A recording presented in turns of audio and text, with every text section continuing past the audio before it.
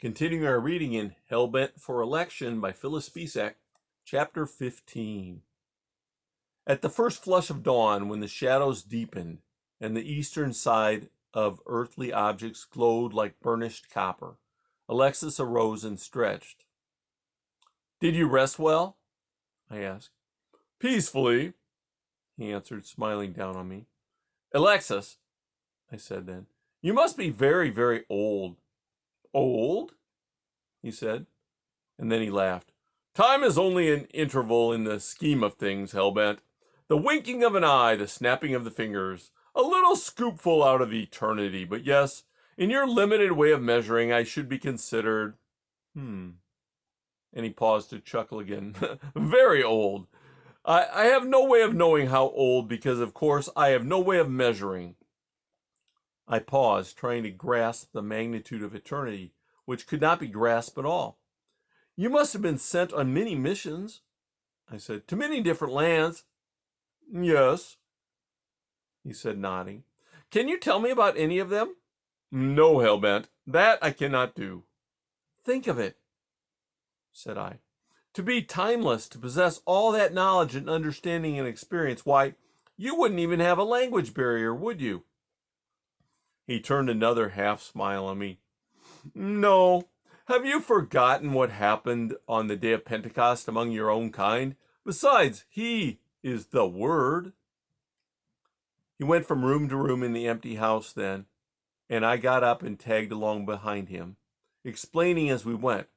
The kitchen, Della and Non-Regenerate's room, my room was green and tan, as I recall. There were 3 large bookcases. "You enjoy reading?"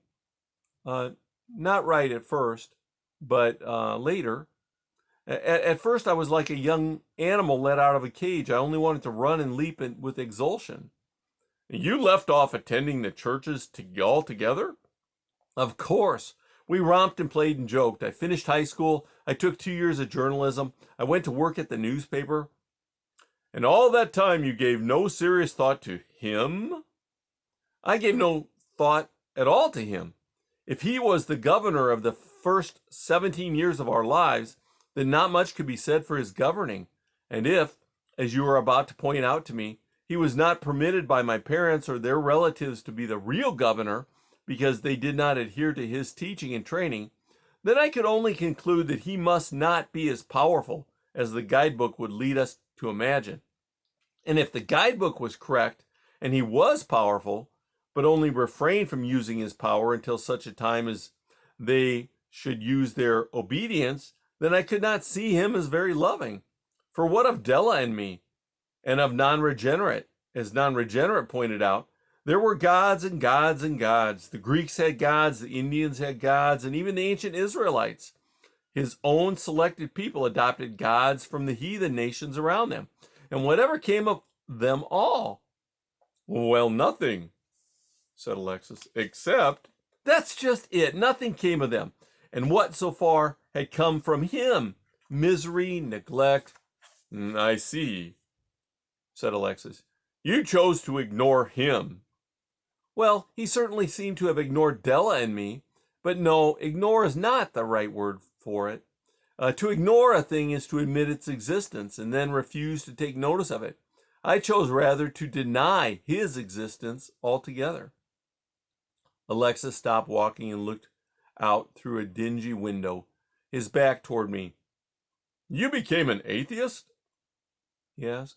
"No, not at that point. If I had become anything at all, it must have been an agnostic. I simply gave up on all sides and decided that nothing was, after all, really known or knowable." "And Non-Regenerate? Was he agnostic also?" No, more atheistic, I think. He dismissed supreme beings in general as being rather mythological, variable creatures born out of men's minds to defer facing the reality and finality of death. If he leaned toward any explanation, it was scientific. "Evolution, then?" More or less, though he preferred just to leave the whole enigma to chance. "Let us consider what we do know," he used to say, "and appropriate and appreciate what is positive." And this meant, of course, that he was happy, successful man in love with his wife? Yes. And what of fulfillment? For him, that was fulfillment. I see, he said. The great mirage. The great mirage, Alexis? We shall come to that later.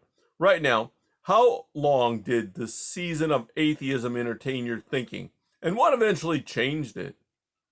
Well, it's difficult to say exactly how long the general concept of atheism dwelt within the back of my mind, for we never really know how deeply rooted a belief or sense is. I should say I began to change when I began to work among people, and for the purpose of writing about them for the newspaper, noticed that they behaved in certain set ways, or that they conducted themselves by certain set standards, regardless of race, color, or creed. When I studied wars, for instance, I noticed that the majority of people felt that the one side was wrong and the other side was right. And yet, who was to say that wrong was wrong or that right was right? Why could it not all be reversed? Though I was too young at the time to be personally involved in World War II, I found myself wondering why the Allies were right and Hitler was wrong. I wondered why I felt such a keen sense of right and wrong. It could only be explained in that fact that Hitler came upon the world with an ideology contrary to the innate sense of right and wrong which most other people possessed. I see, he said. You stumbled upon the moral law. Yes, and once I had stumbled upon it, I could not keep from wondering where it came from. Each of us was born with a conviction that some behavior was good and some behavior was bad. Often the behavior itself was the same, but the motivation made it either good or bad. For instance, if I saw a dog bite a child and I kicked that dog, that was good. He had it coming. But if I saw the same dog sitting on the grass sunning himself, minding his own business, and I walked over and kicked him, that was bad. The act was the same, but on the one hand, it was a good act, and on the other hand, it was a bad act. So if each one of us was born with this sense of right and wrong, moral law, as we have called it before, then it had to come from someplace. It couldn't all be coincidence, not in all the creatures on earth. And that was when you decided there had to be some outside force? Yes, in a way. I decided, let us say, that there was a force. I did not yet decide that it was an outside force. I think rather that I recognized the importance and preeminence of the mind. Idealism, then. Only to a degree, and only for a while. However, by the time I was working with people during the day and reading half the night, I dabbled with evolution, sometimes non-regenerate, and I talked it over, though he clearly preferred to leave the whole mystery to itself, and I clearly could not make much logic out of it. The beginning, according to any evolutionary theories I could find, was never reasonably explained at all. The fragment, which eventually became Earth, had to come from somewhere. If two minerals met in a mud puddle and together sparked life, or whatever is loosely supposed to have happened, then the minerals in the mud puddle had to come from someplace. As to development into man, there had to be some kind of drive, just as men are now driven to become better, to know more, to live longer. And if there was drive, then there had to be some kind of mind. If there was some kind of mind which sought betterment, then that is supernatural and not merely material development at all.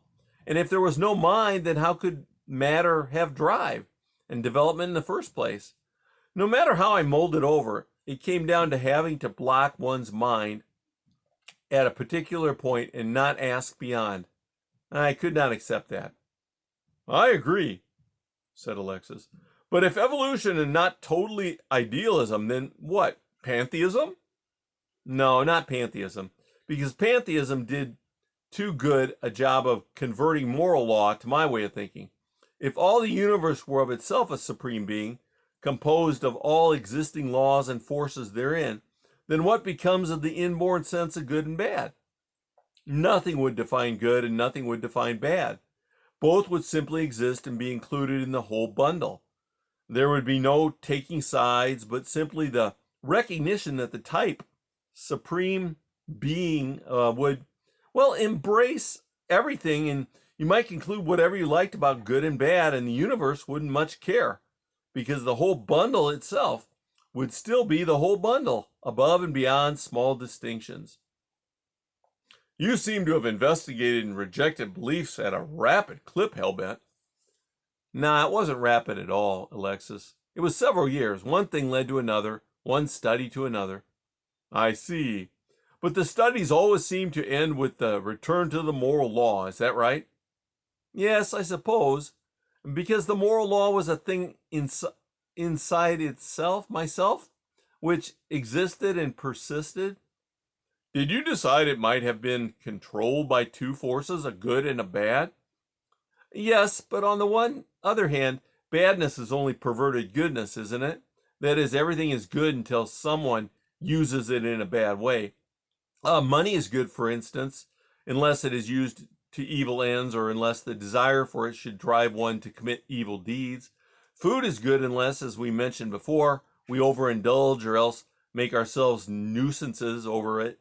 Clothing is good unless we permit ourselves to our appearances to make us slaves of pride or debt. So it would seem to me that good as such is really the origin, and that bad as such is the parasitic offspring, which meant that I could only agree to one force, and that a basically good force. Oh, deism then? No, because the sense of moral law was certainly not beyond the range of human experience. It was within human experience. And all the time, Alexis, I was reading history books too. If it had not been for the history books, I could possibly have stopped at theism, but the history books gave names and places, and the names and places tied in with the guidebook. You completed the cycle then, away from the guidebook, down through the abyss of rejection, and up the ladder of logic to the guidebook again. That was when you believed and accepted? No, it was not all that simple. If I believed it all, and I know now that I did, I was far too rebellious to admit it. Instead, I built walls against that side of my mind and said, as did non-regenerate, think no more. Dismiss it all. Live with and for known quantities. I see. And that got you into real trouble. Yes, Alexis, real trouble. We shall take it up then, Hellbent. But let us do so in another place. And with that, we left the empty little house and proceeded down to the end of the sidewalk and out to the dirt road. That's the end of chapter 15.